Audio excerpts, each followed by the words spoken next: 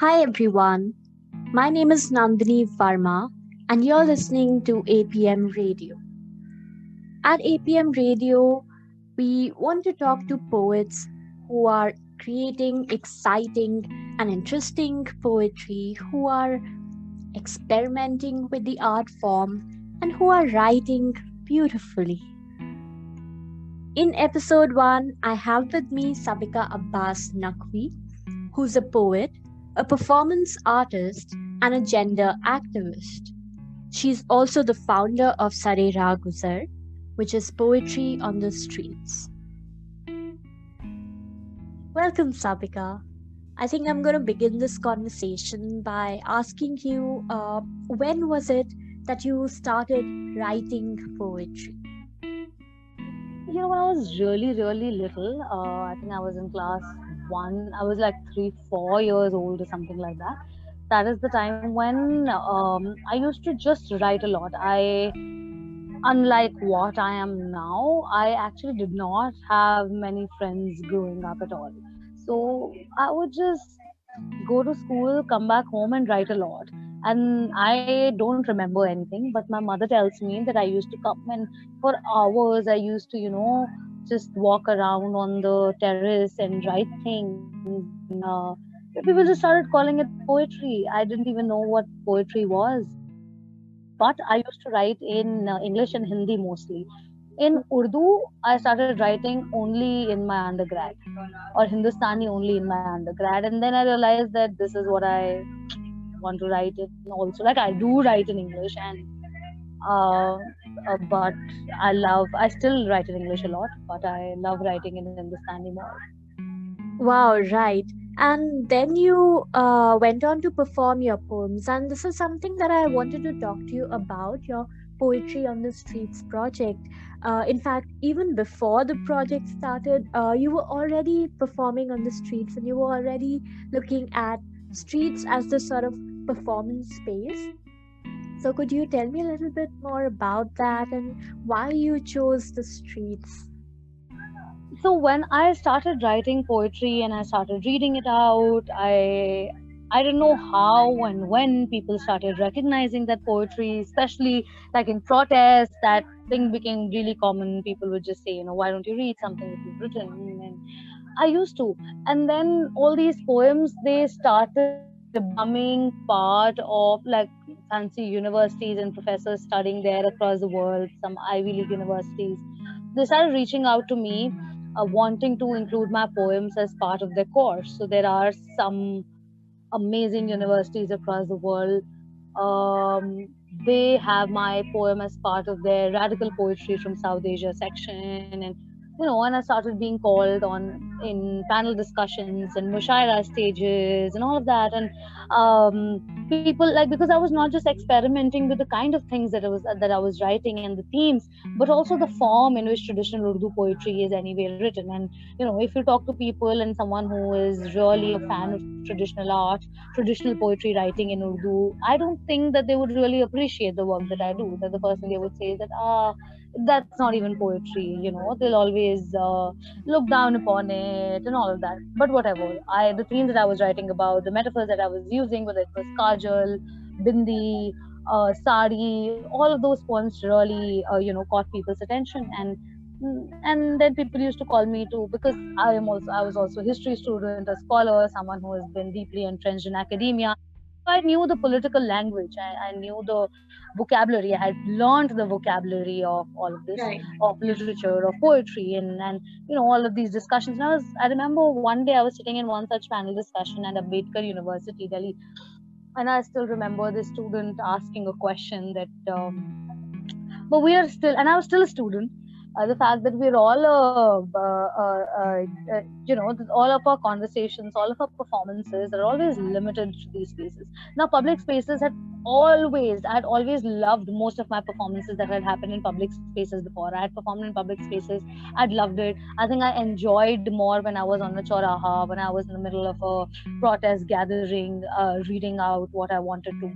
Then the student asked us, everyone sitting in the panel, that, how do we take it outside? And at that moment, I had a string of ideas, and I told them, oh, like this, like this, like this, like this. And I said, why shouldn't I implement this? Like, I should start doing this. And then the cases of lynchings, mob lynchings, started happening. It was hitting very close home. I mean, my community, people I knew, they were scared.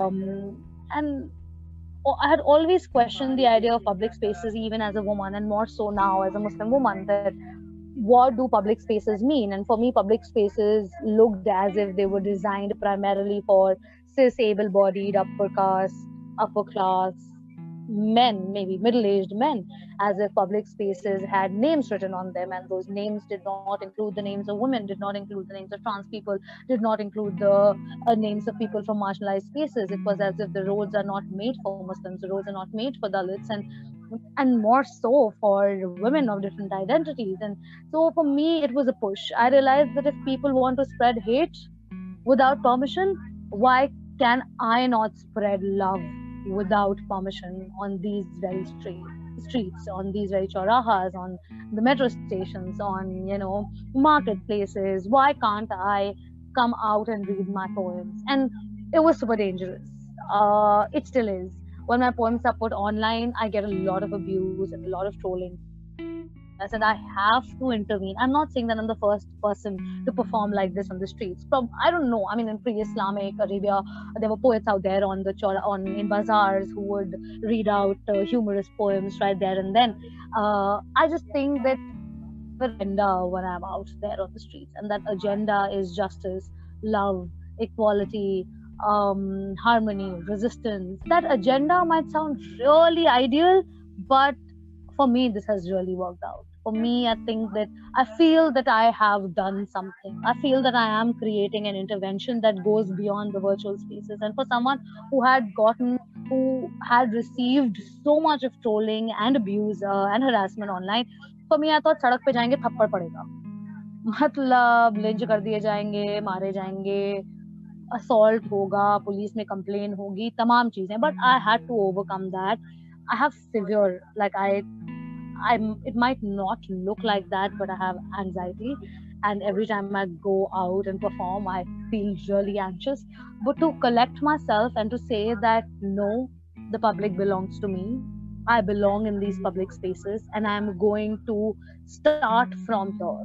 I am going to have conversations through my poetry, primarily poetry, because poetry is the only tool that I have. I think that's the only way I can express myself. I think that is the only way that I can have conversations. That is the only way I can ask questions. So that is why I decided कि बस अब सड़क पे आना है. When the pandemic hit, I realized that how will I perform now?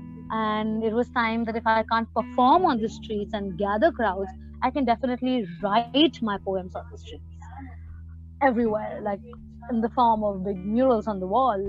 These poems, our desires and our dreams, our songs of resistance have to be printed and written. So I really don't care when people tell me, "अरे तुम्हें तो इल्म नहीं है, तुम्हें तो उर्दू नहीं आती, तुम्हें फारसी नहीं आती, तुम्हें मीटर में लिखना नहीं आता." Well, because my poetry and the work that I write is not for your literary sensibilities. It's not for aesthetic. Work is not created so that it becomes a part of a book that is kept on one corner in a old library with cobwebs and dust gathered on it. My poem is about lived realities. My poetry is about interactions. My poetry is about providing a language which really didn't at least exist for me. For me, it is me on the streets is like creating new dictionaries. It's like creating newer words. And for me, my poetry is not about aesthetics at all. I mean, it is beautiful. It is aesthetic in the sense that it is musical. Right. It has rhythm. It is a challenge to not just the norm of existing patriarchy, existing marginalization, but also a kind of poetry that people talk about and are labeled cultured when they have a red wine glass in their hand over cultural evenings in various places, and they quote two shares from here and two poems from there and two verses from there, and that is how people are called cultured. But for me, poem was about this, and that is why I have not come around to publishing my work, because for me, more than the written word for myself, it was how I said it that mattered to me the most. Like the audio of it, the way it opens up space for assimilation, for newer conversation that matters so much. Yeah, and these Urdu traditions of poetry that you're talking about now, um, especially I think the mushaira spaces. So, from what it seems like, I think there are these walls that are created from within. So, there's nothing new that can be pushed through. So, can you tell me a little bit more about these kind of limitations and why do they exist? What happens there? So basically, I never thought that I deserved to be on Mushaira spaces. For me, they were really uber masculine spaces where there would be 20 women sitting with one or two, 20 men sitting with just one or two women, okay? And Mushairas generally happen in the night. So late night, there'll be people, and it was for pleasure. Mushairas were a pleasurable, you know, space for people to come and enjoy an evening of, but it's a night of poetry because it starts late in the night and goes on till late in the night. So you would see that the audience that are there would of course be less, like less women in the audience. Then there were these, then the stages also would generally have men and very few women. And the poems that were always about आशिक की लंबी जुल्फें और सुराही जैसे गर्दन and existential poetry जिसमें फलसफा हो, वो कविताएं, वो नज़में, वो considered to be the best, the ones that were written in beautiful language and with heavy words. And of course, why not? Then people like us who write poetry that is not traditional, not that I don't know, not that I have not studied Radif and Qafiya, not that I don't teach all of those things, or I'm not aware of how a ghazal is written, but the assumption, but Nasri Nazm or like this Azad Nazm or the kind of poetry that I write, whatever people might call it, is the kind of poetry that I like to write because हम सड़क के लिए लिखते हैं, हमें couplets नहीं लिखते हैं, हम सड़क के लिए लिखते हैं, तो मेरी कविता का मकसद ही कुछ और है.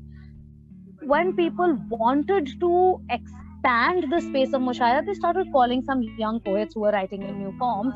तो हम वो निवाला बन गए जो ना निगला जाता है ना उगला जाता है. So they want us to be a part of it, but they also don't want us to be a part of it.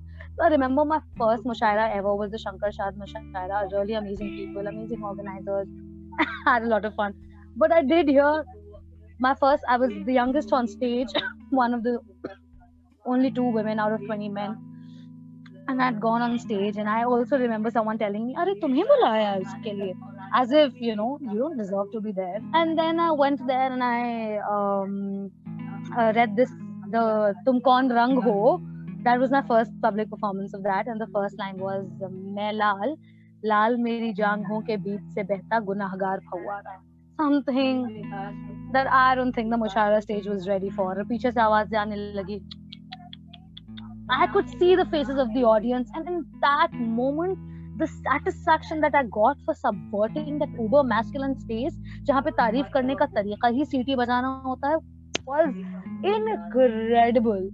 So, for example, it is easy for people to accept political poetry that is about the political dispensation, but to talk about sexuality, to talk about women's desires, to talk about that in the language that I use was something that wasn't acceptable. And I was told that. I was quote unquote schooled by men who would slide into my DMs and say कि नहीं ये तो सही नहीं है, मुशायरे के stage के लिए आपको तमीज से कहना चाहिए था, आपको एहतराम करना चाहिए था उस स्टेज का, and all of that. So yes, I've been to all these spaces, but I've rarely found women seated at the front, women who are challenging the order. I'm not saying कि हम अच्छा लिखते हैं और I deserve to be in those spaces. I'm just saying more women, more people of other genders need to be in those spaces, more poets of other genders, more people who are questioning the forms need to be in other spaces. औरतों का मुशायरा होता है, ख़वातीन का मुशायरा, उसमें सिर्फ ख़वातीन होती हैं. भाई अपने बड़े मुशायरों में मेजॉरिटी ख़वातीन की रख के तो देखो एक बार.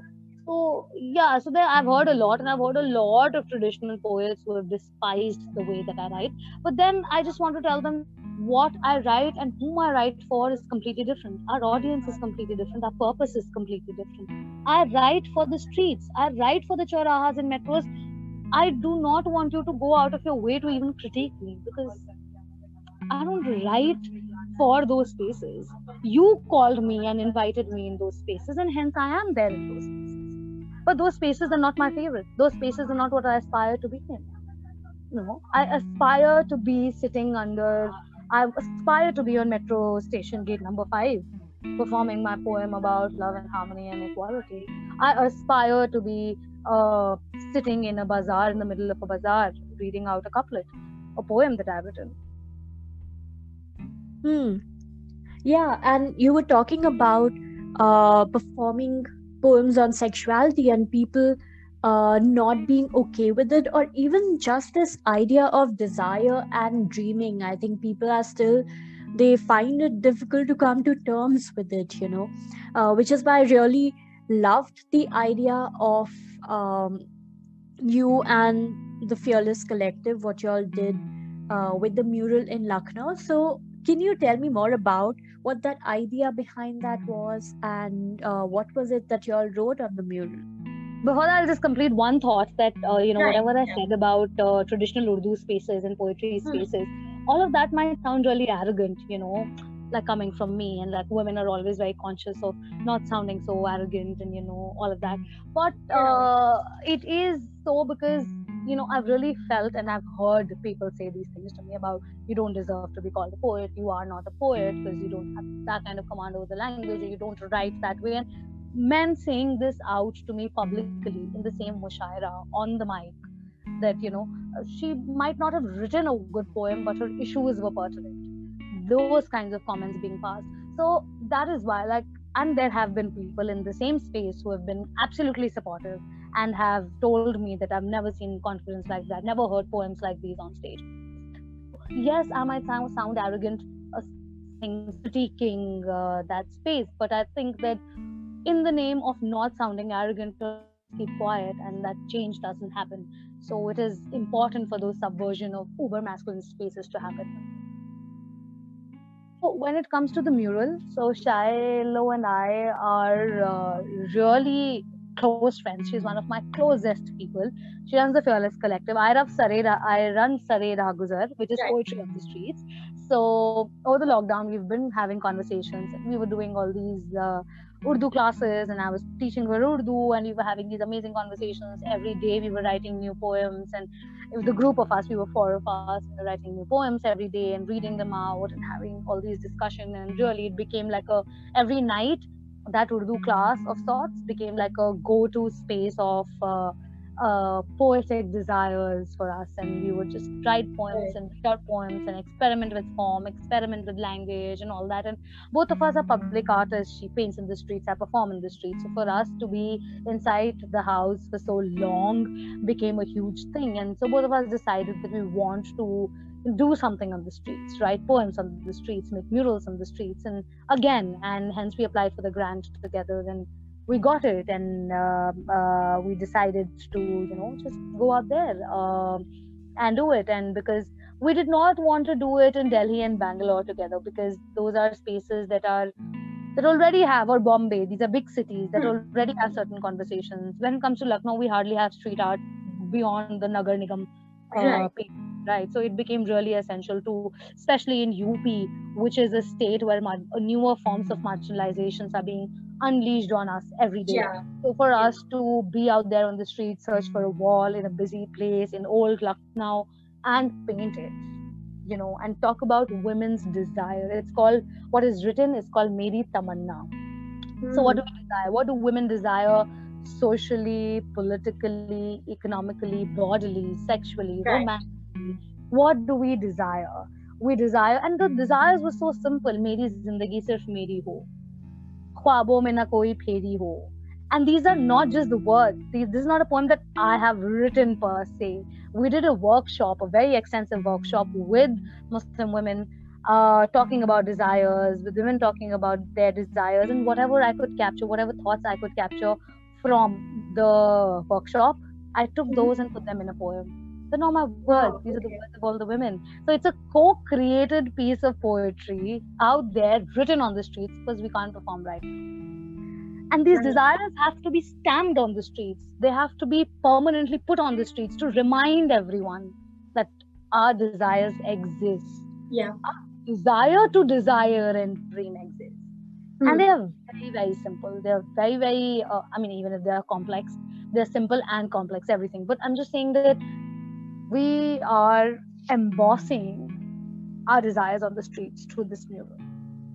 And it had to be through poetry, because sometimes when you perform on the streets, you read and you go, and the words that you have spoken, it is said that the sound energy always remains. They never get lost. Whatever comes out of your mouth, energy remains around you and it stays. But you will still not hear. The echoes will soften. The people who've heard will go, some will remember, sometimes your words will be forgotten. But when they're out there on the streets and a person is going there every day, passing that way every day, they are bound to, read it. They are bound to think through it. They are bound to reflect. They might dislike it, they might like it, but they'll still read it. Absolutely. In fact, I also wanted to talk to you about language. So you mentioned that you write in Urdu, you write in English, but also within your poems, you're using more than one language. There's a certain bilingualism that's happening. So I wanted to talk to you about that, because there's not just one language you're breaking something in. You're also playing with two languages. You're also doing a lot with the two languages. So what's happening there? What are you doing? Yeah, so this also came, so basically me writing in multiple languages also came as it was also a challenge of sorts. ये idea के purest का idea कि ज़बान बस एक जैसी होनी चाहिए. It has to be of one form, one kind. It will be, people have told me that, oh, the poem is amazing only if you didn't have English words in it. Or the poem would have been amazing had you not have Urdu words in it. I mean, in English, if you have a few Urdu words, it's still considered very aesthetic. Traditional Urdu and Hindustani poets, seeing one English word would mean that, oh, you don't know the Urdu word for it. For me, there were two reasons why I did it. One, because it's a form that I really connected with, because I was thinking in multiple languages. I was thinking in Hindi, Awadhi, Hindustani, Urdu, dialects and languages, and they're all there in my head. And certain lines would just sound amazing when written in those language. And probably when I wrote something in English, it did not have as much a weight when I read the same thing in Urdu. For example, if I have a poem called I Can't Be a Lover right now, the title of the poem in English sounds amazing, but the rest of it sounds more amazing when I say it in Urdu. नहीं मैं अभी तुम्हारी नहीं हो सकती मेरी बुरी आंखों वाले शायर आशिक. I can't be yours. I can't be a lover right now. It sounds more beautiful when I say it in Urdu, when I say it in something else sounds amazing when I say it in English. And for me, it would have been a restriction to stop that amazingness. For me, it is a lot about the performance of it, the sound of it. How does it sound? How do my words sound when they fall on my ears? They have to sound exactly of the emotion in which it has been written. So अगर हम जबरदस्ती उर्दू में लिखें, imagine मेरी sari in English. The words that are in English are perfect in that poem, according to me, of course. Like whatever I'm saying is according to me. जब उससे पूछा तो उसने कहा तुम्हारी sari like waterfall waves fluttering in thunderstorm. That is because I was told by that person that तुम्हारी sari like waterfall waves fluttering in thunderstorm. अब इसको हम अगर उर्दू या हिंदुस्तानी में ट्रांसलेट करते तो उस बात का मजा ही नहीं रह जाता जो हम कहना चाहते हैं. वो it wouldn't have been that, it wouldn't have remained that, that layer wouldn't have come. And so hence for me it was a huge it was also a challenge thrown at me, and ke alag lagta, it looks different, it sounds different, but when I started writing I felt that it was in a flow. And also sadak ki zaban, so many words that are so difficult in Urdu, or so many words that are so difficult in Hindi or Hindustani or English or Urdu, when you perform on the streets, your language needs to be understood, because your audience is a moving audience. It is not a simple looking audience of just a singular texture. It's a huge audience, and that audience needs to understand the work that you're doing. Right. And what happens when there are different kinds of audiences? So on one hand, there's a Shaheen Bagh audience, and then there's, on the other hand, there is a whole festival kind of audience. So there are, different things happening within the festival, and they're involved in all of that. So, uh, how does that affect what you write for these different spaces? Do you perform the same thing, or um, does the space have an effect on what you write and how you perform it, or what you perform?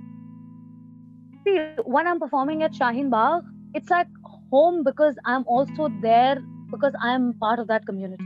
Right. So for Yeah. me, the faces that I'm seeing in the audience are all the faces that can possibly be faces of my family, faces of my community, faces of the same culture that I'm coming from. So for me to perform at Shaheen Bagh is also a conversation with my people, Right.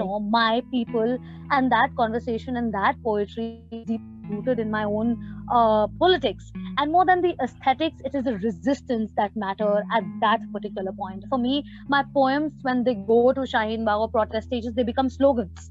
For Hmm. example, the whole series on that I did on the women of Shaheen Bagh, it has these lines that are, if you perform it on the stage, probably, or like a spoken stage, spoken word poem stage, it will be very different because when I'm performing at Shaheen Bagh, the lines of my poems are all slogans. And then that has happened a lot. लेकिन बस नहीं जलनी चाहिए, घर में घुस घुस मारे police और लोग उठा ले जाए पुलिस, तुम लाठी खाओ जेल में जाओ, लेकिन, and then बस नहीं जलनी चाहिए is what the audience says. I don't. So a lot of times when I'm speaking up or reading out my poetry in protest where I am deeply politically involved, all of it is simply coming so much from the heart, that and so much deeply rooted in my identity, because at this point I'm also talking about my own politics, what my community is going through, that the language changes, the whole, the body language changes. My poem serves a political tool, not just an aesthetic tool. Whereas when I'm performing on stage, when someone has bought a ticket to come and watch me, I am more concentrated on how I'm presenting myself, and all of that. I do not.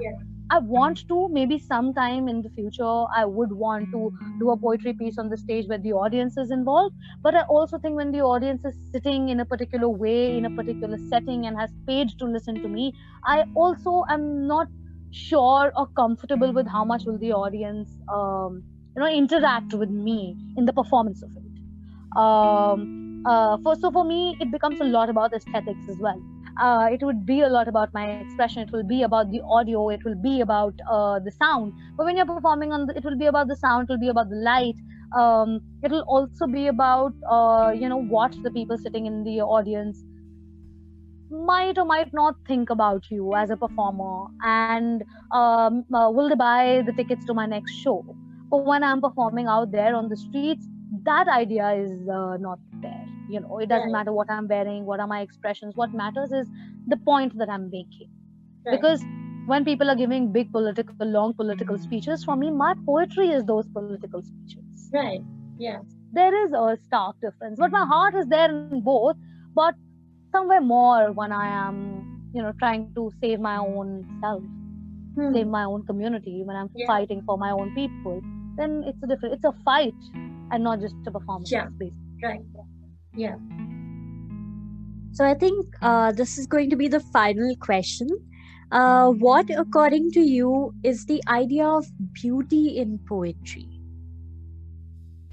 Affirmation and dream. I think that poets are poets do not just. I absolutely believe that when history will be written, and people would hear about the zulm, the oppression that happened in these times, the first thing that I read this somewhere and I heard this somewhere, that the first thing that people of the future will ask, what were the poets doing?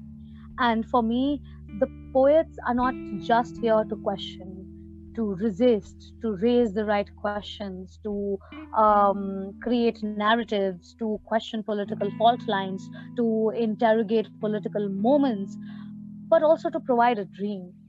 I think poets have the pen and the ink to write about newer dreams. write about an alternative to the present situation.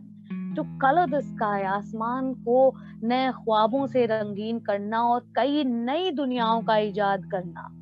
To invent newer worlds is what the poets are here for. And for me, that affirmation and that celebration of our resistance in the poems matter a lot. So that is why when I'm talking about my sari, I'm talking about the efforts and celebrating the efforts that different kinds of women have put into ensuring that this piece of cloth is beautiful without denying the pain, but also the affirmation of the future, also creating and co-creating the affirmation of the future.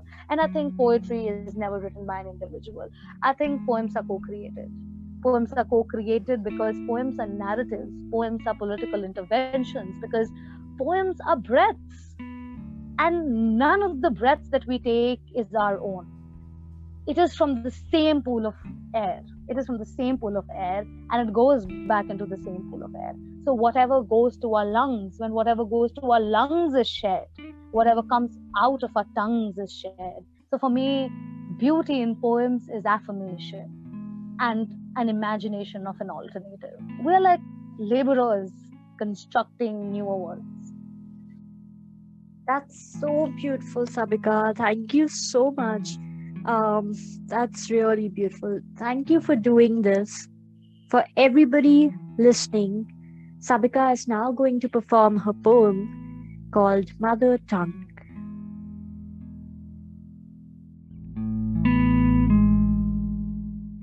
शायद न मेरी और ना हमारी माँ की कोई जबान थी. जबान तो मर्दों को मिलती है मर्दानियत की विरासत में, जिसको वो जैसे चाहें इस्तेमाल कर सकते हैं. गालियां ईजाद करके, गुस्सा कर, कानून बनाकर, चिल्ला कर, खोखले इश्क के खतों में दीवारें गोद कर, तारीखें गढ़ कर, मर्दों की जबानें मिलती हैं दफ्ती की लुगतों में. इसको छापने के लिए मशीनों का इजाद हुआ है. माँ की जबानों में लिखी कविताओं के नीचे खुद का नाम गुदा है. बड़े बड़े किताब घरों में इनकी जबानों की ही किताबें और मैगजीनों की लंबी धूल भरी जाला लगी अलमारियां मौजूद हैं. पार्लियामेंटों में, रैलियों में मर्दों की जबानें ही बोली गई हैं, सुनी गई हैं, लिखी गई हैं, समझी गई हैं, इश्तिहारों में छापी गई हैं. हमारी माओ की जबानों की तस्वीर और तासीर अलग, अंदाज अलग, तारीख अलग, भाव अलग, बारीक अलग. डुबो के इश्क में, भिगो के लोबान की धुनियों में, जहद के दरिया में नहलाकर मिट्टी के कलम तैयार हैं. छुपा कर फिर उन्हें रखा गया है साड़ियों की परतों में, ट्रंक में दबाकर, अनुकूल मौकों पर निकाल कर, खून की स्याही से हथेलियों पर मिट्टी के कलम ने लिखी हैं हमारी मादरी जबानें. जब जब कलम बना न सकी तो बंद कमरों के कोनों में, राशियों में फुसफुसाई हैं हमारी मादरी जबानें. जिन्हें कमरे और महल नहीं मिले, उन्होंने खेतों और झोपड़ियों की कच्ची जमीनों पर हंसिए और खुरपियों से गोदी हैं हमारी मादरी जबानें. जिनके हाथों में फन था, उन्होंने बुर्कों और साड़ियों पे काढ़ी हैं मुकेश और आरी जरदोजी की मादरी जबानें. कब्रों के ईंटों पर गुदी मादरी जबानें, चिताओं की राख में बुझी मादरी जबानें, ख्वाबीदा पलकों से खुले आसमान पर लिखी मादरी जबानें. आंदोलनों की गुलाबी पुकार मादरी जबानें, दिलों की धड़क, इश्क की झनकार मादरी जबानें, तमन्ना की तलबगार मादरी जबानें. मर्दों की जबानों का रंग एक, तरीका एक, आवाज एक, मगर रंग बिरंगी, इठलाती, रसदार, नाना प्रकार मादरी जबानें. अख्तरी के हल्क से गिरे अल्फाज, फातिमा का अंदाज, इश्क में सरफराज मादरी जबानें.